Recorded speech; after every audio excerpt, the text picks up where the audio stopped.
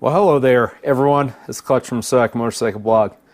So you've decided that you want to bite the bullet and start doing your own motorcycle maintenance. Well, I got a few tips that you should follow and you're going to need to follow. So stay tuned here and we'll go through them.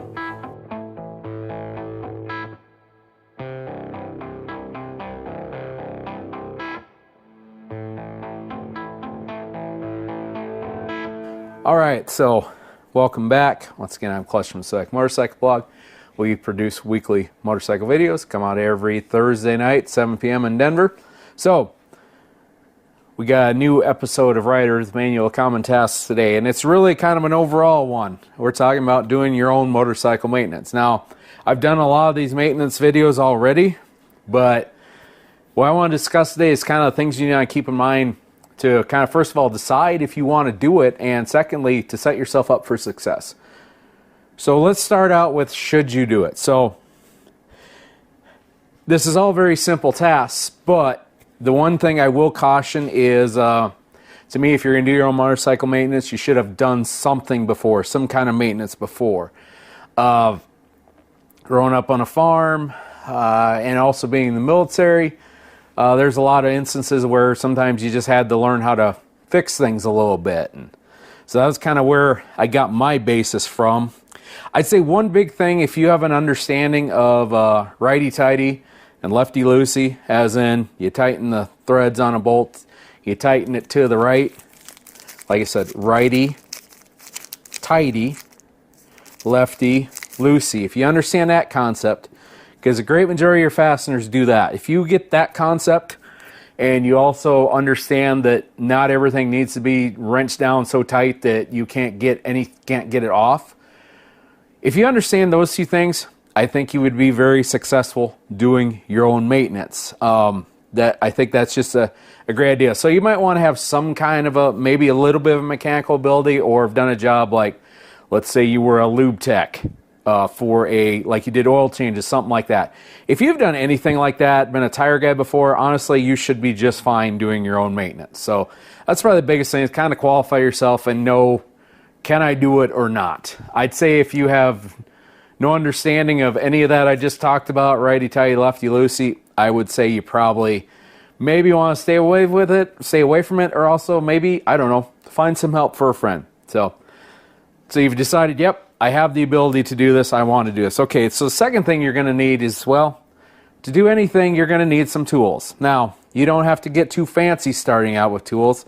When I did the oil change on my V-Star, I just used the toolkit that came with the motorcycle. Now, I didn't need a filter wrench for that because it was an internal filter, and that's a whole different story, but essentially every tool that I needed to do that oil change actually came with the toolkit. Now, it wasn't ideal tools.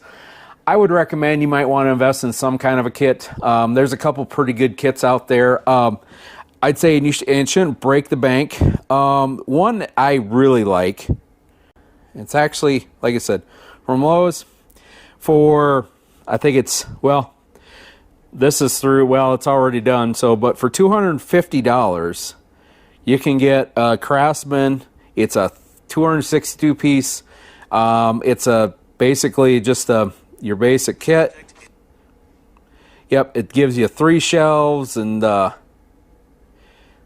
some kind of kit like that. It's like $250. The nice advantage of that set, and I'll link it right here. Nice advantage of that set is it's got a little pouch up top where you can store some extra tools in. That was the tool set I started with, but you got some other ones. You can do a 105 piece standard metric for $130. So just something, anything down the line, they'll work. You know, they sell them for $99. The one thing I would keep in mind with your first toolkit, maybe spend a little bit extra money just to get, just that way it's got like some kind of a carrying case with it, somewhere you can put it, some kind of storage that'll help keep you organized. Because, well, you know, it's easy to lose track of tools, and the nice thing with a nice organized in-box tool set is, well, everything's where it needs to be. You can take a quick glance and know, hey, I'm missing this. I'd say you could probably get yourself a pretty solid toolkit for a couple $100, and frankly, it'll be something worthwhile. But if you don't want to do that, you know, you could go to Lowe's and you can just buy individual. They have individual sockets. They have individual They have ratchets you can buy.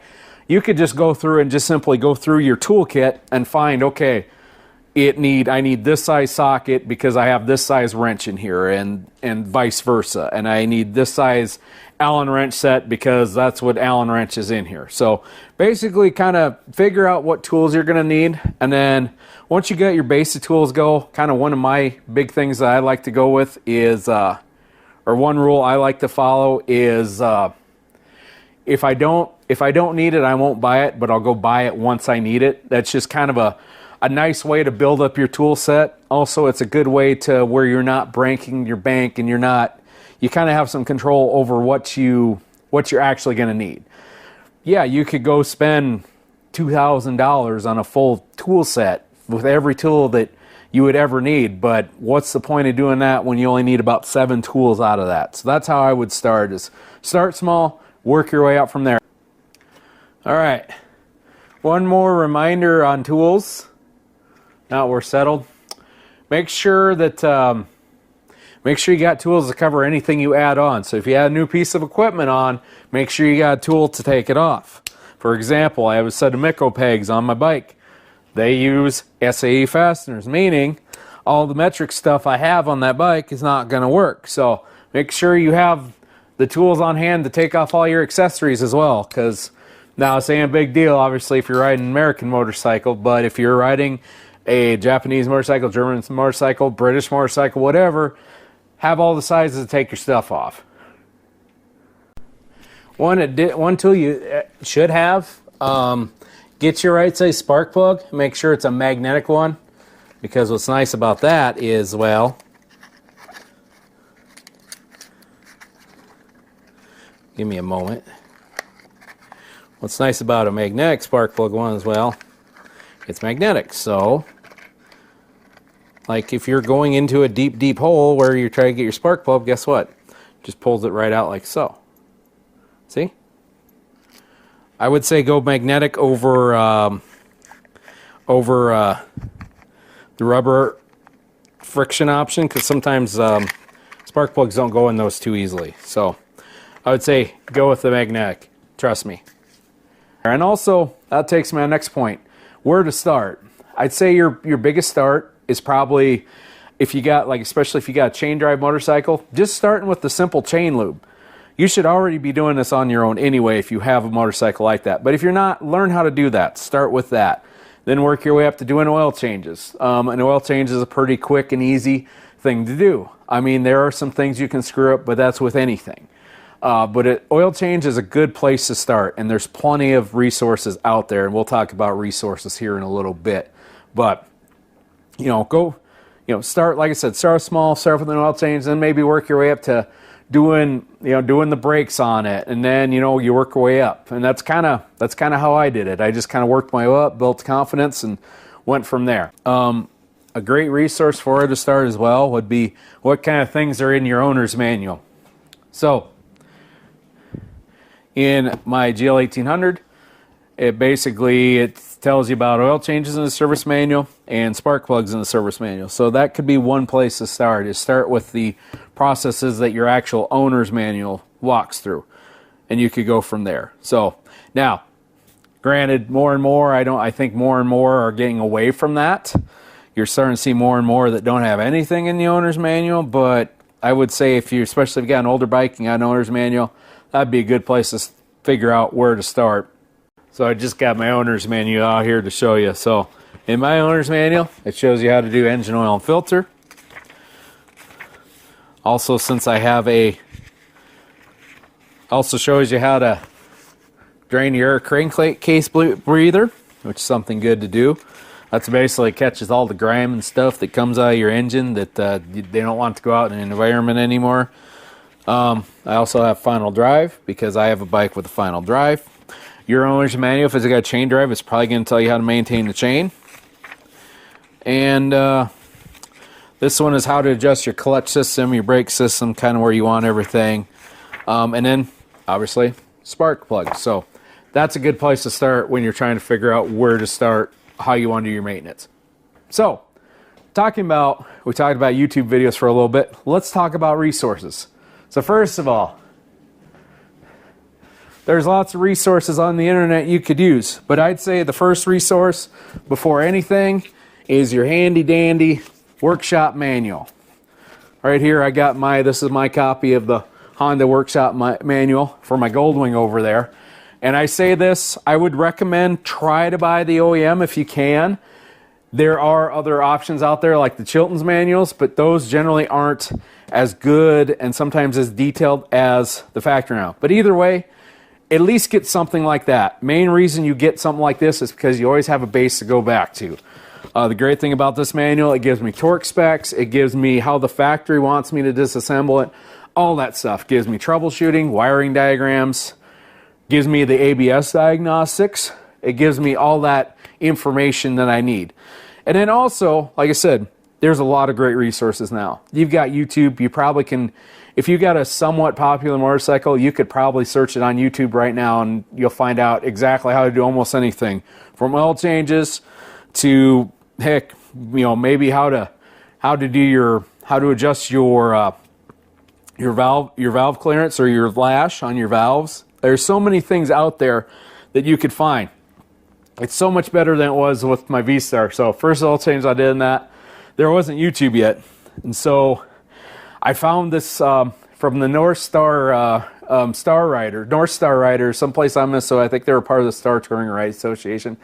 They had a how-to on how to do an oil change on a V-Star 1100. And we went through that and we followed the book, and by God, we got it done. And it was a pretty good resource, although there was some things that weren't in there that probably I should have had my shop manual there to walk me through it. But when you're young and dumb, sometimes you don't know any better. That's the nice thing about nowadays. Now, there's a lot of ways to do stuff on YouTube. Another reason why I like to do the manuals, like I said, it's nice to see what the factory says you should do with it, for sure. But I think that's enough talking head stuff. I guess we'll just talk the rest of it as we're working on the bike. All right, so another thing to keep in mind when you're working is, what the hell was that? Is take your time, okay? Take it slow. Here's the thing, you're not getting paid by the job you do. You're not working in a shop. This is your own machine, so take your time and do things right.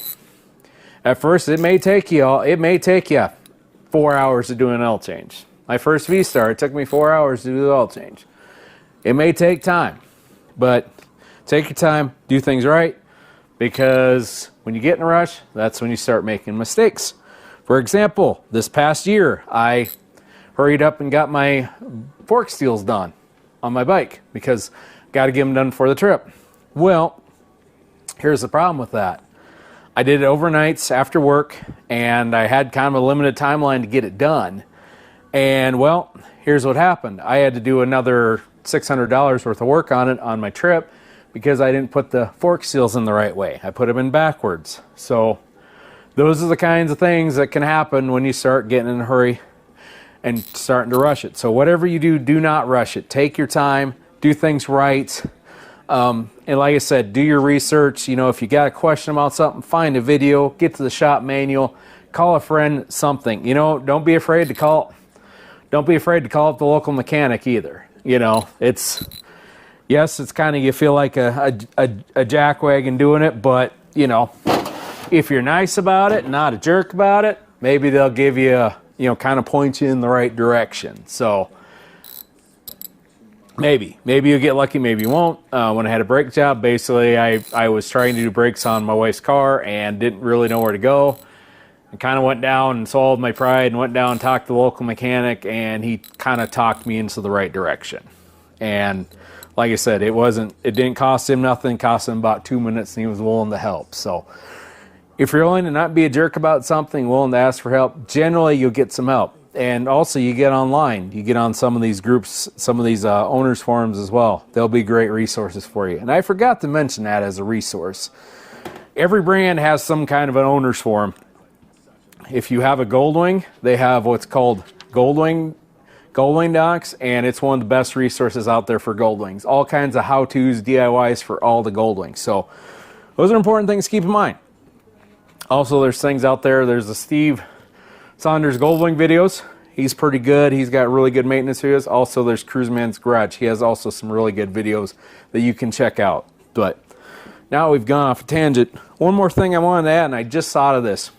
When you're working on your bike, you're doing a bigger project, make sure when you're working with your tools, if you're done with the tool, put it back where it goes. Yes, it's redundant because in 5 minutes you might need that tool again. But here's what happens if you get in the habit of putting your tools back when you're done using them. It's going to be there every single time. So I just put that 3/8. I just put that 3/8 Allen. I think it was a 3/8, whatever it was. I think it was a 3/8. Maybe it was, I don't know. Whatever it was, I just put that little Allen, that hex head away. When I need it again, you know where it's going to be? Right in the tool chest where it belongs. That eliminates the scrambling going, where the hell did I put it? Where did I put it? Oh my God, where did I put it?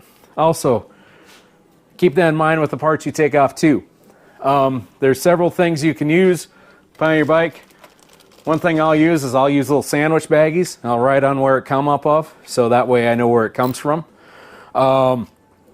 The other thing I like to do is, like, if I pull out a bolt to pull something out and I can put that bolt right back in its hole, that's where I put it, right back in its hole, so that way I don't lose track of it. So those are little tips that'll help you so you don't lose track of stuff, because you don't want to lose track of things for sure. Especially when it's that one critical piece that you have to put on to finally assemble a thing after you've had it apart and been fighting it for a month. But anyways, let's go back to work. Another handy thing to get, headlamp. They'll help you see on some of those hard to reach places and hard to see places. Trust me, they work. Another thing to keep in mind when you're dealing with like little tiny fasteners like this one, sure, use your socket or use your ratchet or use your impact to get it off. But to put it back on, get rid of the ratchet, period. Just hand tighten. Just hand tighten. Any little tiny fastener thread like that are just little and tiny and don't have a lot of torque on them, like I said, only use the ratchet to get them off. Also, make sure you're in the right direction before. If you got to sit here and do a little, all right, well, let's see, what do I got to do with my hands to make sure you're doing it right beforehand? Let's see here. Nope, that's tight. There we go. Now I'm going the right way. Always verify, especially on little tiny bolts like that. All right, another thing to keep in mind. Kind of understand what you're doing when you're doing it. Get to that point where you know certain things you got to do. And especially if you're working on something like a Honda Goldwing like I am, knowing what things are in what places or have an idea of what's in what places before you start a task is great, because then you can hit them while you're there. For example, this time around, I got to tighten up some bolts on the cooling system on top of the engine. They tend to get a little loose, so I'm gonna tighten them up while I'm at it, because I have to pull the shelter off to get the fuel tank off to get to where I need to access those bolts. Anyways, I'm gonna finish the job up. I'm gonna go get that dreaded air filter. Another quick little example here. Now, like I said, all this is gonna change on bikes. If you're working on bikes like these, so that right there, that is the crankcase breather tube, which is only accessible if you pull off the panel to get to the spark plugs. Now, this is simple and easy to do, but in the end, one of those deals, if you're going in there and already doing that anyway, you just as well take care of this task too. So kind of sit down and try to figure out those tasks before you do it. Once again, that's kind of where the workshop manual comes in handy. So, one more note I will make is about boozing and wrenching. So here's the deal. Don't be drinking and wrenching, okay? Because the same things that alcohol does to you, makes you dumb, the same thing's going to happen on your bike. Now, do you really want to be half dumb trying to work on your bike? Now, you've seen my videos before. You'll see me having a beer, but here's the thing. They're at the end. And that's the key, is end of the day, have your beer at the end of the day when everything's all cleaned up, ready to go, everything's put back together, and you're admiring what you did. Which, by the way, this bike is back together. Now, We just got one small thing done on it. As you can see, I still got a whole bunch of stuff that I need to get done with it. But we got the spark plugs done today, and that is one final thing I'm going to bring up is space to do it. Now, nice thing about a bike is you don't need a lot of room to do it. However, it's still kind of a pain, and it's a pain to work outside. And I know when I started with my V-Star, it was outside at the apartment complex, and it's kind of a pain when you're working outside in a parking lot because, yeah, you feel like there's always a crowd. Everybody wants to know what the hell you're doing. There's some landlords out there that would probably throw a fit if they saw you working on something in the parking lot, so keep that in mind. One thing that I did do is we had a storage unit because obviously we live up north here where it's good and cold, so we had a storage unit that we used. Well, I also use that for a lot of my wrenching. The one nice thing about using a storage unit for wrenching, now obviously make sure they allow it, but if you got a storage unit that allows you to wrench, what's kind of nice out there is you're kind of away from everybody and no one's watching you, you're just there, you're just doing your thing. One downfall is a lot of storage units, you don't have power. Nowadays, power is pretty easy to get now from, especially if you got a newer vehicle, but that's one thing to keep in mind is if you have power that you need to have there, well, that's probably not going to work as a storage unit. That's part of the reason why you don't see I don't use a lot of power tools because, well, now if I did it for a living, absolutely I would. But for the most part, I use hand tools because that's kind of what I got used to, and that's what I'm comfortable with doing. But the key is to find what works for you. But I'm trying to think of anything else.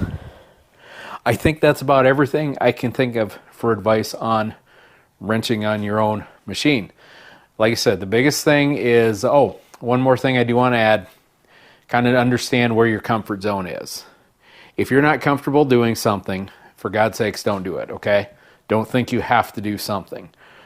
And try to figure that out before you're halfway into a project, because I had one project where I got into it halfway, jetting the carbs on my V-Star. Didn't know anything about a carburetor at that time. There was no YouTube to search for. So I kind of panicked. Fortunately, I had a friend of mine that I begged pretty please, and I think I bought him like 2 large pizzas and a 24-pack of Coors Light. And, oh gosh, what else?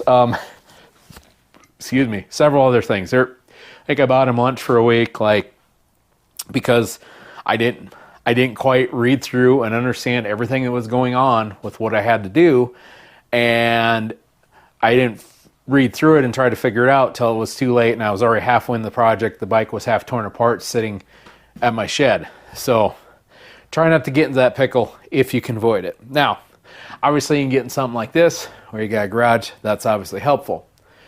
Ideally, you're at a spot in a garage where you can just kind of spread out and leave your stuff. I, unfortunately, am not that. And there's nothing wrong with that because that keeps me honest and keeps me getting projects done. Yeah, I could lazy this and leave it in here for the week, but I'm not going to because I'm probably not going to be able to work on this thing again until probably Thursday. So we're just going to put it back in its storage shed in its trailer where it belongs, and we'll get it back out on Thursday night and hopefully work on it Thursday evening and Friday evening and maybe get her done Saturday night. And maybe if it's not too cold, maybe we'll actually ride the motorcycle to our club's meeting on Saturday. But that's all I got for this video. I'd like to thank you for stopping by the Sodak Motorcycle Blog and also the Rider's Manual Common Task. Once again, I am Clutch, and we have new shows that come out every Thursday at 7 p.m. in Denver. Also, for this Rider's Manual Common Task, at the end of this video, I will have a playlist. They'll show you all the Rider's Manual of Common Task series, the entire series up to this point. But anyways, if you liked the video, hit the like button. If you disliked the video, hit the dislike button. Please feel free to leave comments. We will answer them on Comments and Beer. And obviously, I would love to hear some comments on your own personal wrenching tips that everybody else in the community can use, and maybe help someone who's maybe on the fence and don't know but would like to do it. Maybe kind of help them kind of get out of their comfort zone a little bit and maybe try that oil change they've been wanting to do, or maybe try to change the air filter, something like that. But anyways, for the Sodak Motorcycle Blog, I'm Clutch. We'll see you later.